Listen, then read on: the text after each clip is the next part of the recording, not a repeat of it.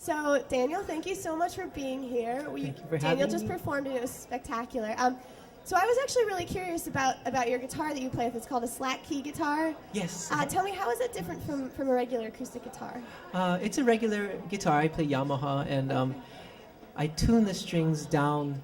From standard tuning, the lowest three pitch strings, E, A, D, I tune them down a whole step to D, G, C, and I play in the key of G. And it's a tuning I created called a G Kilauea tuning. Slack key guitar is actually a traditional Hawaiian style of playing. Guitars were brought to Hawaii by the Spanish cowboys back in the 1800s when they moved there to teach the Hawaiians how to manage their cattle. And they brought their instruments and they didn't teach them how to tune. They left the instruments and Hawaiians came up with their own way of tuning, and generally they're open chords. That's interesting. And also the ukulele, which you play, that's also an instrument that's big in traditional Hawaiian music? Yes, it's a derivative of the braguinha, which is a Portuguese instrument, and so Hawaiians make them out of coal wood. They have a slightly different design, a little bigger body, and it's a happy instrument. You can't be unhappy and play ukulele. That's true. It's very fun and happy.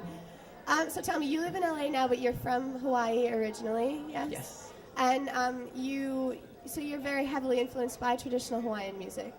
Yes, I am. Yeah. I've studied in Los Angeles. I went to music school, so I'm influenced by very varied styles. Like I studied film composing actually. So some traditional Hawaiian, some contemporary Hawaiian, classical, jazz, all. Can you tell me, are there any traditional Hawaiian musicians who you were influenced by or who you think are good? Off the top of my head, the person that actually got me back into Hawaiian music, I was doing contemporary jazz for a long time, was a slack key master by the name of George Kahumoku Jr., who is my mentor, and he taught me how to play Hawaiian music on stage like this. While I made mistakes left and right, he just take me on tour with him and took me under his wing, and we've recorded 10 records together, and 3 of them won Grammys, and Yes. he's just been a real Yes, supporter. Congratulations, by the way, Daniel. He's a Grammy-winning artist. Tell me a little bit about your songwriting style. Where do you start when you're going to write a song? Songwriting, I develop melodies using compositional techniques like using motives and developing them similar to the way you write a classical piece. To me, that's the most important thing. Harmonically, even if it's on an ukulele or guitar slack key, I try to reharmonize things, and whether it be an inversion of the chord or just not the most obvious voicing or way to harmonize something to give it a little bit of interest. And rhythmically, I really try to pay attention to the style or the feeling I'm trying to create. So it might have some Latin influences, or it might have some Jawaiian, which is actually reggae. And lyrically, they're all kind of personal songs. But I try not to make it so personal that it's not, it would connect with anyone they could apply to their lives. So. Very cool. So, and you also had a dancer up here with you.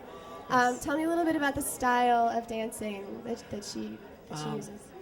She's a hula dancer by the name of Nani Edgar, and she's dances. Beautiful. She is, and actually Nani means beautiful in Hawaiian, and she dances for Hula Halao Puanani Ha'aheo, which is her mom Puanani's halau, and they do original choreography. So we're trying to take the tradition of hula and take it a step further and to do choreographies for songs like Joni Mitchell's Big Yellow Taxi or Change the World, and a lot of my original songs. So we don't do a lot of traditional Hawaiian songs with hula, but so we're trying to bring it mainstream. So tell me really quick before I let you go, what's some advice that you would give to a songwriter who's trying to break in or who maybe is just starting out? I would say, I've been in this business for almost 20 years, and it wasn't until recently where we actually started to get some traction with our record company. I was in publishing for the first decade.